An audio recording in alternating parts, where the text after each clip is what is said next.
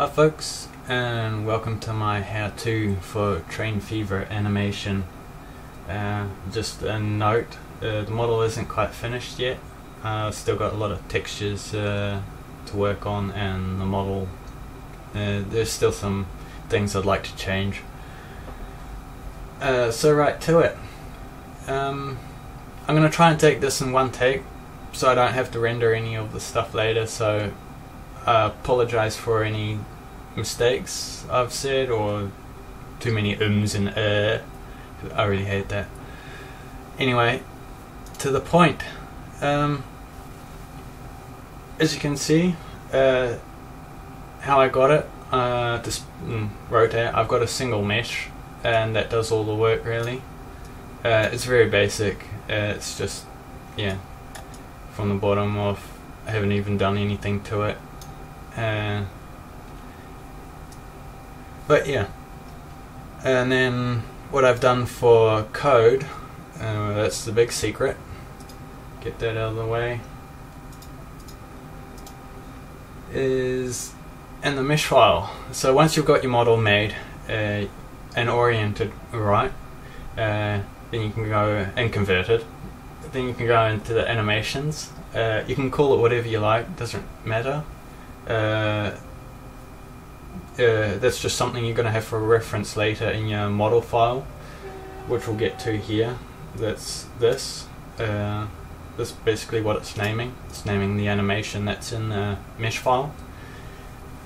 Or it can also do it in the group file. I'm not sure, I haven't gone too deep into that, but that's also possible.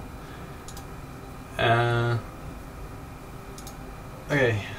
For the rest, keyframe, that's the type to say it's got to be animated, and then, and then to go to here. What the parameters are in Origin, I'm not sure. I haven't bothered even changing that, looking at it or anything. I just left it as is because it works, so why change it? So the game is, I'm guessing, in milliseconds. That seems to look right, I guess. Starting from the time 0 to 5,000 milliseconds later. I'm not going to calculate what it is, who cares. And then for the rotation, on the X-plane, or I'd rather prefer calling it on the Z-axis, is 45 degrees, and then why 45 degrees is the model, it has 8 blades, so I only really have to animate 45 degrees of rotation and it resets. So to make sure it doesn't look glitchy, I just got to make sure that all the blades look the same. Copy paste. So yeah, then what I've done, as you can see here, this is a little slower than my example video that I've made previous, where I've got questions about, or from others. I've toned that speed a little bit down, so I think it looks a little bit more realistic, but still, when it stops in the station, I'd like it to keep rotating on that slow pace, like it's, what is it, a brushless motor. Yeah, it would be more economical, as it were, in real life. But yeah, see, like here you see it now, it's stopped rotating and then it goes again as it drives away. So then how did I do that? In the model file, we have, yeah, I'll just clarify, got it here. This is the mesh in the game, the location of where it is behind the origin point. So I've got here, that's the furthest one, that's this one, and then this one is the closer one to the center point, and then that's the height. And then what we do next is we go into the events. Now with the events, there are 3 things. You've got close all doors. That's one event that happens. The other one is open all doors and drive. which I'm using right now. So as it moves, as it's driving, the animation will, the game will tell the animation, oh, I've got to do this. So every time, and then, so that's that. And then the next step is based on, is it stationary or is it moving forward? Now in our case, we want the animation to happen while we're moving forward, so we use true. If you don't, when it's only stopped, which reminds me, I could add the animation now. I could, always learning. Okay, moving on. Very exciting. So what we do, forward, we got true, and then I could also maybe we'll figure that out. Anyway, moving forward, true. So then we've named which what is it? Which animation we want it to do.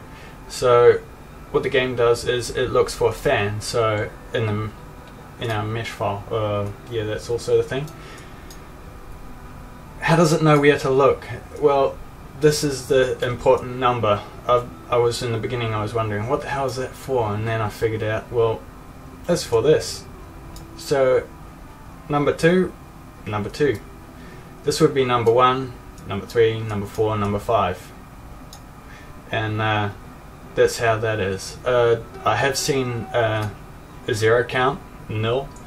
I have absolutely no idea what that is at the moment. I've seen that in the Rota file, I think.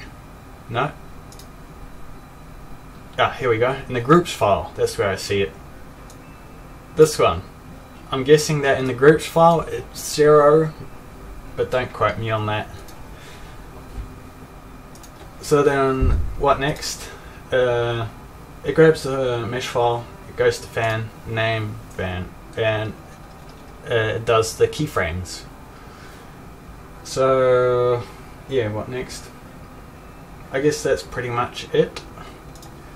The important parts is to know that drive open on all doors, close all doors. This happens when it leaves the station, this happens when it arrives at a station, and this happens in between.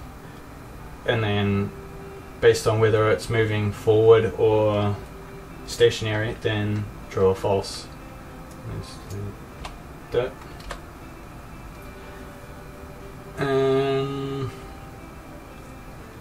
Let's see. Yeah, I guess that's about it. Yeah, we can for the rest.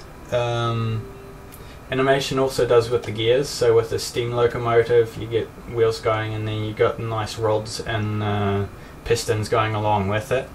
That gets managed by the Lua scripts. You don't really need to know much about it, but let's see. When you designate it, I'm still learning it, but there's a tutorial on Steam Guides by Desmeds. Pretty cool they found it. Animating steam locomotive and rods. This is it. Pretty neat stuff. And this is basically what it's based on. When the drive animation happens, the Lua script will calculate for well, the position for it because it's dynamic, and then yeah, the vector is to translate those orientations. Oh, what else can I explain? I think that's about it. Yeah. Oh yeah, you got your rotation, X, Y, Z, or in the axis terms it's CY, X. And then translation, these are along the vertical and horizontal planes. And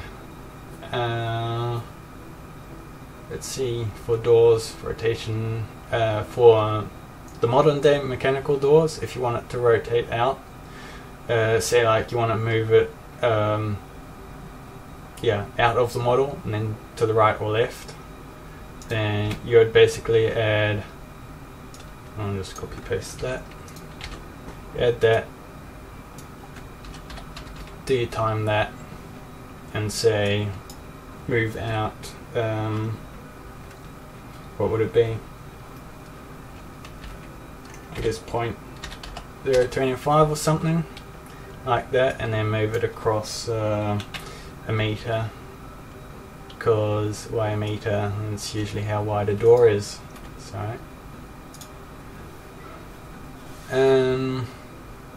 So yeah, then what this would do, it would have your animation start from 0. That's where it begins. This is a halfway step where it would go out, and then here you would have I'll do that, and that would be like that. So it would move out, what is it, 25 centimeters, and then move across a meter. I'm assuming. I haven't tested this yet, but that's what I've come to acknowledge.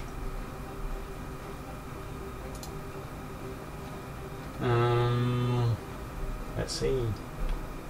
I guess that's it. Have fun, animate, show it off. Take care.